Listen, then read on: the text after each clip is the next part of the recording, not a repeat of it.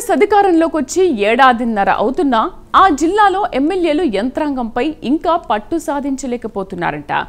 ఇప్పటికీ బీఆర్ఎస్ మాజీ ఎమ్మెల్యేల పెత్తనమే కొనసాగుతూ అధికారులు వారి మాటలే వింటున్నారంట. దీంతో కాంగ్రెస్ ఎమ్మెల్యేలపై క్యాడర్ తీవ్ర అసంతృప్తితో ఉందంటున్నారు. ఇంతకీ ఆ జిల్లా ఏది? అక్కడ కాంగ్రెస్ ఎమ్మెల్యేల వైఫల్యానికి కారణం ఏంటి?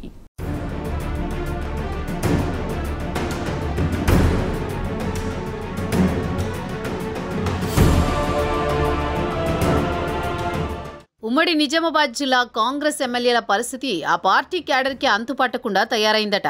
అష్టకష్టాలు పడి రాష్ట్రంలో బీఆర్ఎస్ను గద్దెదింపి కాంగ్రెస్ను అధికారంలోకి తీసుకొస్తే ఇంకా జిల్లాలో బీఆర్ఎస్ నేతల పెత్తనమే కొనసాగుతుండటంతో తమ పరిస్థితి ఇంతేనా అని కాంగ్రెస్ శ్రేణులు వాపోతున్నాయట. తెలంగాణలో కాంగ్రెస్ అధికారంలోకి వచ్చి ఏడాదిన్నర గడుస్తోంది. కాంగ్రెస్ మార్క్ పాలన చూపించడానికి ముఖ్యమంత్రి రేవంత్ రెడ్డి, ఇతర ప్రభుత్వ పెద్దలు అధికార యంత్రాంగాన్ని ఉరుకులు పరుగులు పెట్టిస్తున్నారు. ఎన్నికల హామీలు అమలుకు, కాంగ్రెస్ అజెండా ఇంప్లిమెంట్ చేయడానికి అహర్నిశలు పాటుపడుతున్నారు.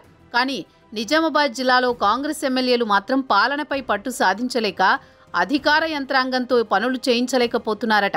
ఇప్పటికీ ప్రభుత్వ శాఖల్లో ప్రగతి పనుల్ని సమీక్షించే నాదుడే లేకుండా పోయాడట.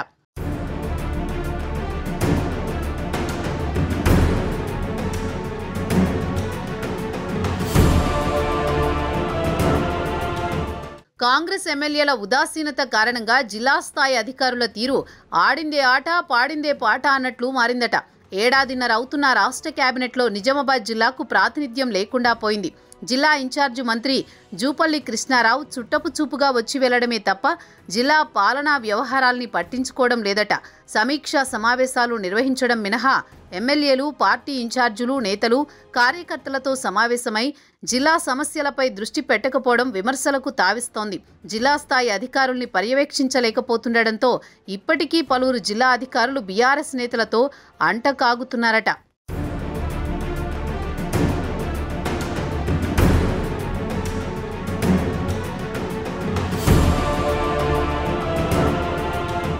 రెవెన్యూ, పోలీస్, మున్సిపల్, పంచాయతీరాజ్ శాఖల్లో అధికార పార్టీ నేతలు కనీసం జోక్యం చేసుకోలేని పరిస్థితి ఉందట.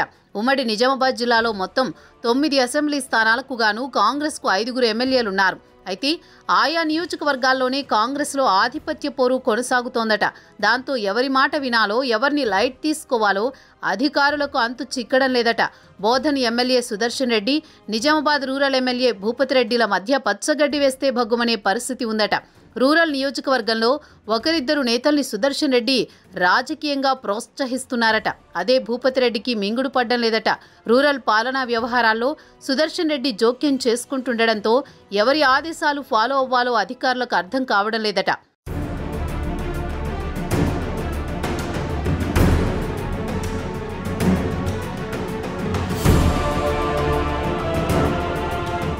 జాక్రాన్పల్లి మండలంలో నవోదయ కేంద్రీయ విద్యాలయం ఏర్పాటుకు బీజేపీ ఎంపీ ధర్మపురి అరవింద్ ప్రతిపాదనలు తయారు చేయించారు.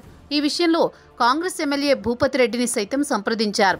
అయితే అధికారులు మాత్రం ఆ ప్రతిపాదనలను పక్కన పెట్టారు.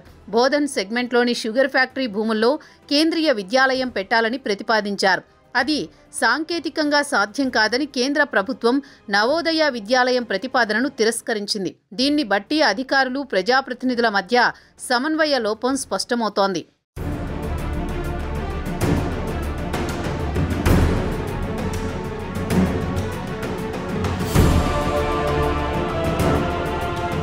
బాన్సువాడ నియోజకవర్గంలో కాంగ్రెస్ ఇన్ఛార్జి ఏనుగు రవీందర్ రెడ్డి, ఎమ్మెల్యే పోచారం శ్రీనివాసరెడ్డిల మధ్య ఆధిపత్య పోరు తారాస్థాయికి చేరింది.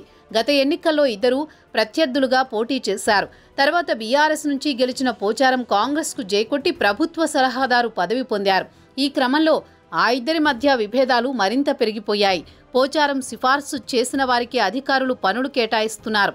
దాంతో పోచారం వెంట కాంగ్రెస్లోకి వచ్చిన వారికి ప్రాధాన్యత దక్కుతుండటంతో రవీందర్ రెడ్డికి పుండు మీద కారం చల్లినట్టు తయారైందట.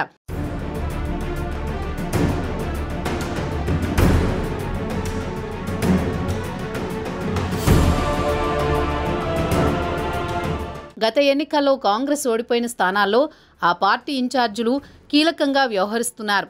కానీ కారు పార్టీ నుంచి గెలిచి హస్తం గూటికి చేరిన ఎమ్మెల్యేలు ఉన్న చోట్ల వారి పెత్తనమే సాగుతోందట. దీంతో ఇన్ఛార్జీలు అసంతృప్తి వ్యక్తం చేస్తున్నారట. ఆ క్రమంలో ఏనుగు రవీందర్ రెడ్డి తన అనుచరులతో కలిసి వెళ్లి జిల్లా ఇన్ఛార్జి మంత్రి జూపల్లిని కలిసి తన మాట చెల్లుబాటు కావడం లేదని ఫిర్యాదు చేశారు. అధికారులు తమ మాట ఖాతరు చేయడం లేదంటూ జిల్లా కలెక్టర్ కార్యాలయం దగ్గర ఆందోళన చేశారు. అంటే బాన్సువాడ కాంగ్రెస్ ఇన్ఛార్జు పరిస్థితి ఎలా ఉందో అర్థమవుతుంది. అయినా పార్టీ పరంగా పరిస్థితిని చక్కదిద్దేవారే లేకపోవడం క్యాడర్లో అసంతృప్తికి కారణమవుతోంది.